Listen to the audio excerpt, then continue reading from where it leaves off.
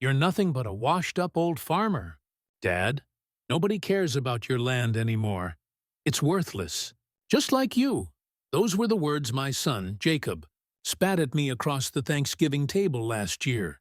His wife, Melissa, smirked as she topped off his wine glass, as if the insult was her idea in the first place. The turkey sat untouched, steam curling in the air. My daughter-in-law's fancy centerpiece, a crystal bowl filled with polished acorns, sparkled under the dining room chandelier. And there I sat, gripping the edge of my chair, staring at the boy I'd raised from diapers, now looking at me like I was dirt under his shoes. Before I continue, if you're new here, please like, comment, and subscribe. And tell us where you're watching from. Now, let me back up and tell you how we got here. My name is Samuel Hart, but everyone in Cedar Falls just calls me Sam. I'm 68 years old, a widower, and for most of my life, I've worked this land with my bare hands. Hart Farm, 200 acres of Iowa soil, rich and black as coffee grounds. My father plowed it with horses, I modernized it with John Deeres, and I thought my son would keep it alive with me. But Jacob? He always had different dreams. He went off to Des Moines for college, got himself a shiny degree in finance, and came back with slicked hair, expensive shoes, and a woman who looked at our family farmhouse like it was beneath her. I welcomed them anyway. I thought family meant forgiveness, but family doesn't mean the same thing to everyone. That Thanksgiving night, after Jacob mocked me, Melissa chimed in. Honestly, Sam, you should think about retiring before you embarrass yourself. Farms like this don't survive anymore. Maybe sell it off? Developers would pay good money. Her words dripped with greed, her eyes flickering around the dining room like she was already picking out where to put the granite countertops and stainless steel appliances. I swallowed hard and said nothing. See, I'm not a man who fights with words. My father always said, Sam, never wrestle a pig in the mud. You both get dirty, but the pig likes it. I kept that in my head that night, but what Jacob and Melissa didn't know was that I'd been planning ahead. The farm was in my name, yes, but months earlier, I had spoken with my lawyer about restructuring the deed, the mortgage, and even the trust. Quietly, carefully. Because I'd already seen the way Melissa's eyes lingered too long on my acres of corn and soybeans. That night, though sitting at the table with my own son calling me worthless, I felt something snap inside me. I pushed back my chair. The legs screeched against the wood floor. Everyone went silent. My grandkids staring wide-eyed. Melissa shifting in her seat. Jacob raising an eyebrow like he'd just won something.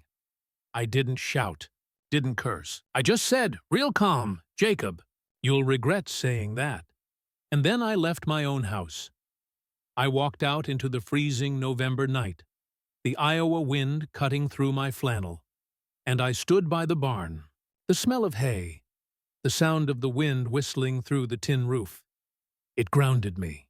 That land had fed me, clothed me, and given me purpose for 68 years. Worthless? No, not by a long shot. But maybe it was time for Jacob to learn what worth really meant. Because the truth is, while he thought he'd inherit everything easy, the paperwork already told a different story. And soon, the whole town would too. The morning after that disastrous Thanksgiving, I sat at the old diner on Main Street, Betty's Cafe. The same place I'd been going since I was a teenager. The smell of bacon grease and fresh coffee clung to the air, and the vinyl booth seats had cracks that told as many stories as the folks who sat in them. I nursed a black coffee while the regulars chatted about the weather and the price of corn. But I wasn't listening. All I could hear were Jacob's words echoing in my skull. You're nothing but a washed-up old farmer, Dad. That boy had no idea how many nights I stayed up fixing busted irrigation pumps, or how many mornings I dragged myself out of bed at 4:30 to get the planting done before the heat. He never saw me in the winters, fingers cracked and bleeding from repairing fences in the cold. And he sure as hell didn't understand what it cost me to keep the farm afloat when the market crashed in 2008. I had mortgaged nearly everything to save it. For him. For his future. And now? He wanted to throw it all away for a quick payout. Betty shuffled over, topping off my cup. "You all right, Sam? You look like you've been chewing nails all night." I forced a smile. "I'm fine, Betty. Just thinking about family." She gave me that knowing look, the one small-town folks give when they've already heard whispers. "Mm-hmm. Well, you hang in there. Folks around here know the kind of man you are." Her words stuck with me. Maybe Cedar Falls still remembered, but Jacob and Melissa clearly didn't. 2 weeks later, Jacob called me up. "Dad," he said, his voice smooth as a salesman's, "Melissa and I have been thinking. You're getting older. It doesn't make sense for you to keep breaking your back out there. Why don't you sign the farm over to me now? That way we can manage things." "Smarter?" I stayed quiet, letting him dig his own hole. He went on, "I already talked to a buddy at the bank. Developers are sniffing around Cedar Falls. They'd pay millions for those acres. Imagine what we could do with that money. Retire you in comfort, set the kids up for college, maybe even buy a lake house." There it was. Not we could keep the farm alive. Not we could honor Grandpa's legacy. No, it was all about money. "Jacob," I said slowly, "this farm isn't just land. It's blood. It's history. It's outdated," he cut me off. "Dad, times change. Don't you get that? Nobody cares about dirt anymore. They care about progress." I clenched my jaw. He didn't realize I'd already taken care of the legalities. The trust was ironclad. The deed wasn't his to touch. But I wanted to hear just how far he'd go. Melissa grabbed the phone then. I could practically hear her smirk. "Sam, let's be honest. You don't want to end up broke and alone. Jacob's offering you a chance to live easy. Why fight it?" I could picture her perfectly. Manicured nails tapping against the counter. That condescending smile she always wore when she thought she was smarter than everyone in the room. "I'll think about it," I lied, and hung up. That night, I went down into the basement where I keep the old lockbox. Inside were the documents I'd worked on with my lawyer. The farm trust in my name. The mortgage Jacob thought still existed. Paid off years ago, though he didn't know it. The clause that barred any sale of the property until after my death, unless I personally approved it. Jacob thought he was about to inherit a golden goose. What he didn't know was that the goose was already in my barn, and I was the only one holding the keys. But here's the thing. Greed has a way of exposing itself. And just a few days later, I overheard something in town that told me Jacob and Melissa weren't just plotting. They were already making moves behind my back. It was a cold December morning when I first heard it. I was at the hardware store picking up bolts for the old tractor when I caught wind of my son's plans. Plans he hadn't breathed a word of to me. 2 men stood near the counter, talking in low voices. One of them was Rick Harmon, a realtor who fancied himself the king of Cedar Falls real estate. The other was Deputy Miller, a man who never could keep his voice down when gossip was juicy. "Jacob's smart," Rick was saying. "Once his dad hands that land over, we'll have buyers lining up from Des Moines to Chicago. Developers love farmland ripe for subdivision. He's looking at 7 figures easy." I froze. My stomach twisted. 7 figures. That was my son's dream. Not carrying on the family name, not keeping the soil tilled, not raising his kids on the same land his grandfather once plowed. No, he was drooling over dollar signs. And worse, he was already talking to realtors before he had the deed. I tightened my grip on the bolts until the bag crinkled. When I stepped outside, the wind cut sharp, carrying that smell of diesel from the grain trucks rolling down Highway 218. I just stood there a moment, letting the cold sting my face. My father used to say, "The land doesn't lie. People do." He was right. That night, Jacob stopped by the farmhouse. He didn't bother knocking, just walked in like he already owned the place. Melissa trailed behind him, her perfume sharp enough to drown out the smell of my stew simmering on the stove. "Dad," Jacob said, pulling off his gloves, "we need to talk about the paperwork. Have you thought more about what I said?" I set my spoon down, slow. "I've thought plenty." Melissa slid into a chair at the kitchen table like she'd grown up there, though she hadn't lifted a finger in this house, ever. "Sam, you have to admit, you're not getting any younger. This place is too much for you. Jacob and I can take the burden off your shoulders." Burden. That word again. I studied her painted smile, then looked at my son. "What makes you so sure I want to hand it over?" Jacob leaned forward, his voice dropping like he was bargaining at an auction. "Because it's the smart move, Dad. Look, we already talked to a banker about bridge loans and options. All we need is your signature, and the deal practically writes itself." There it was, the truth spilling out. He wasn't asking. He was pushing. "You've been talking to bankers? Realtors?" I asked, keeping my tone calm, though inside I was boiling.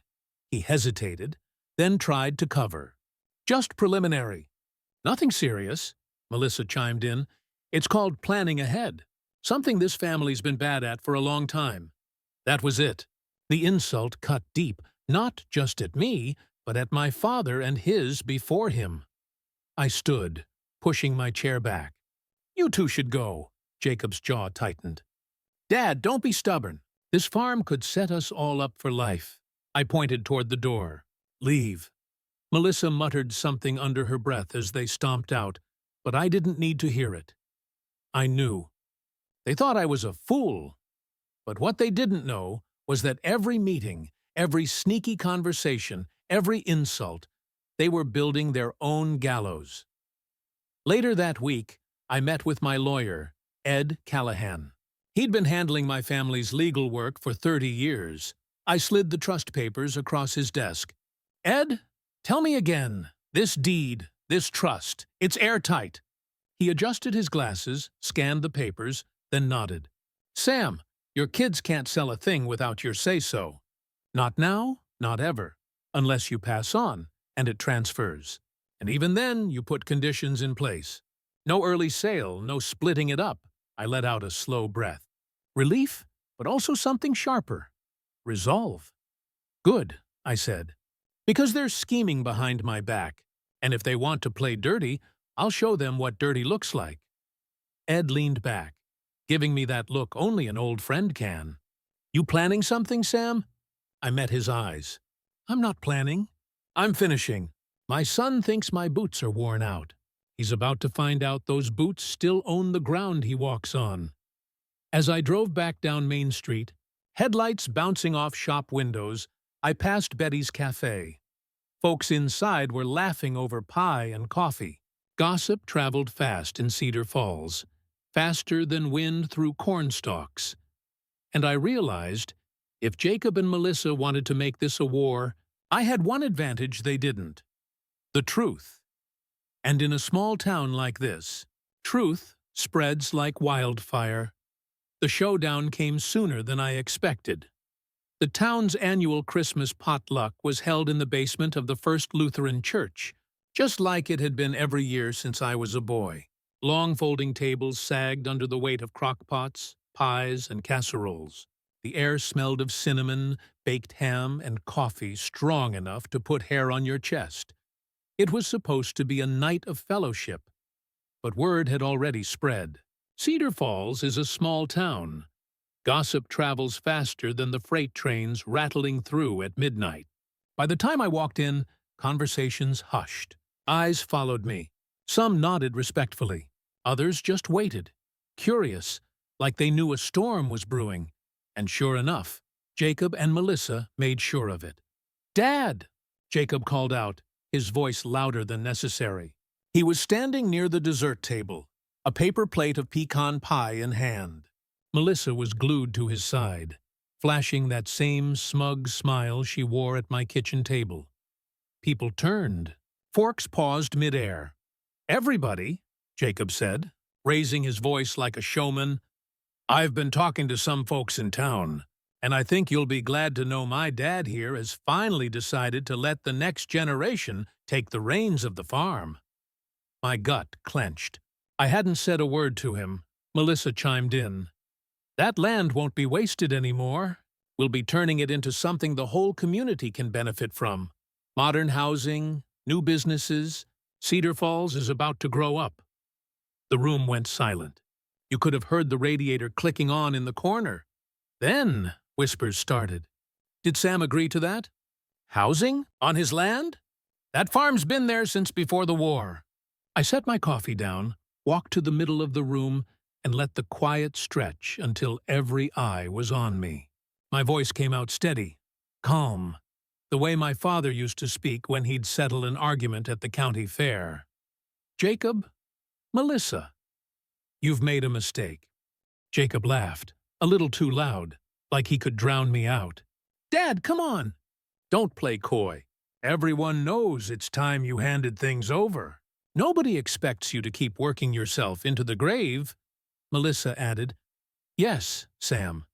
Be reasonable for once. I reached into my coat pocket and pulled out a folded envelope. The lawyer's seal still glistened under the fluorescent lights. I'd been carrying it for days, waiting for the right moment. I held it up. This here is the trust. It says that land, the farm, the house, the equipment, stays under my control until the day I die. Nobody, not even my children, can sell or subdivide it without violating the law. Gasps rippled through the crowd. Jacob's smirk faltered. What are you talking about? I stepped closer, my boots heavy on the linoleum. I'm talking about the fact that you've been running your mouth all over town, making deals, whispering with realtors, counting dollars that don't belong to you. That's fraud, Jacob. And in case you've forgotten, folks around here take fraud real serious. Murmurs swelled. Heads turned. Rick Harmon, the realtor, suddenly found the floor real interesting. Melissa's cheeks flushed crimson. You can't just embarrass us like this in public. I turned to her, my voice still calm, still even. Embarrass you? No, Melissa. You did that yourself. You called me a burden, a man who'd wasted his life in work boots. But these boots... I raised my foot slightly, tapping the sole against the floor. Own the mortgage on your fancy house. These boots kept food on Jacob's plate when he was a boy. And these boots are the reason you even had the gall to dream about selling land you never lifted a finger to tend. A sharp amen came from the back. Old Pastor Richards, who'd baptized both my kids, gave a firm nod. Jacob's voice cracked as he tried to recover. Dad, please, we just thought... But it was too late. The room was buzzing, people shaking their heads, whispering, judging. The court of small-town opinion had already delivered its verdict. I leaned in close enough that only he could hear. You thought wrong, son, and now the whole town knows it. I straightened, turned back to the crowd, and said loud enough for all to hear, This farm stays in the family the right way, or it doesn't stay at all. My father's sweat is in that soil, and so is mine. Nobody sells it while I'm alive. That's final. The applause started with just a few hands, but soon the whole room joined in. It wasn't thunderous. This wasn't that kind of crowd.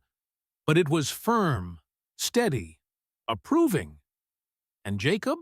He stood there, red-faced, Melissa tugging at his sleeve, both of them suddenly very small in a room full of people who'd just seen their greed laid bare. But I wasn't done yet. Not by a long shot, because the next morning, they were going to learn just how much those work boots still controlled.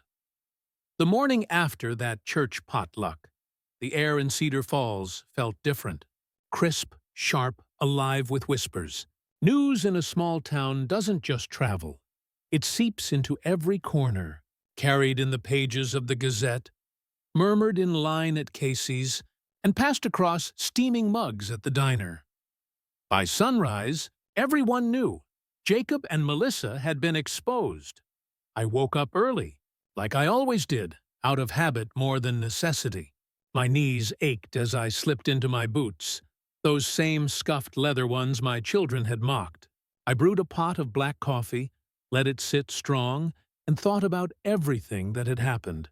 I'd defended my dignity, but I still had one more move left, one that would strip away any last illusion Jacob and Melissa clung to. You see, when my lawyer drafted that trust, he also suggested a contingency. If any beneficiary tried to undermine or exploit me before my passing, their portion could legally be revoked.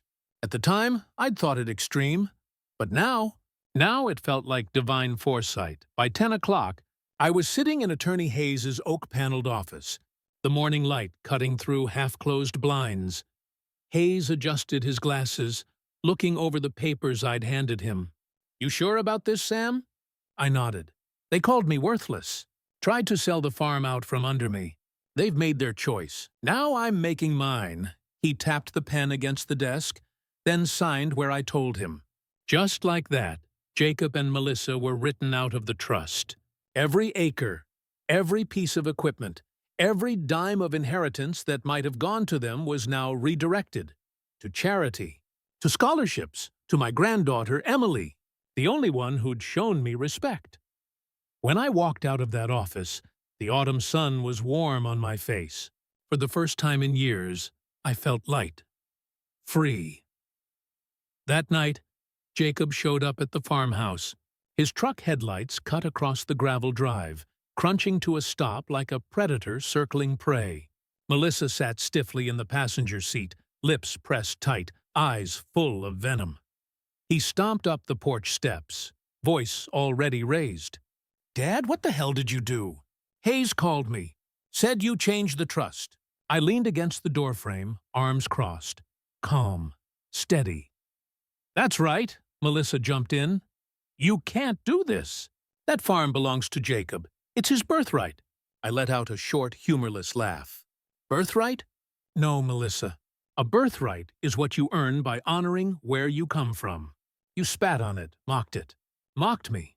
Jacob's face turned red, his jaw clenched. "So what? You're just going to give it all away? To Emily? To strangers?" I stepped forward, closing the space between us. "Better strangers than ungrateful children. At least they won't call me worthless."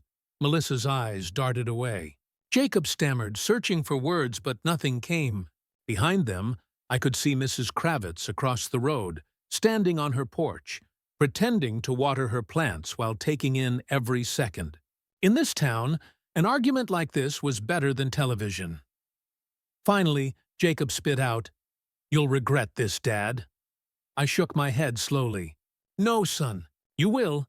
And with that, I shut the door. The fallout was swift. By the end of the week, Jacob's investors pulled out. No land meant no project. No project meant no profit. Melissa's plans of climbing the social ladder evaporated overnight. They were left with debt, a mortgage they couldn't handle, and a town full of people who'd seen them exposed for what they were. Greedy, entitled, shallow. Meanwhile, my boots carried me steady. The farm stayed mine. My dignity stayed intact. And when I looked out over those fields, golden with the last stretch of harvest, I knew I'd done right by my father, and by myself. Poetic justice.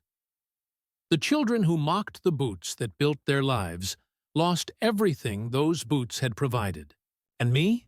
I found peace, not in revenge, but in knowing I'd finally stood tall, just as my father had taught me. So if you're watching this, let me leave you with this. Never let anyone tell you you're worthless, not even your own blood. Because sometimes the very things they mock are the things that hold all the power. Tell us your thoughts in the comments, and don't forget to like, share, and subscribe for more stories.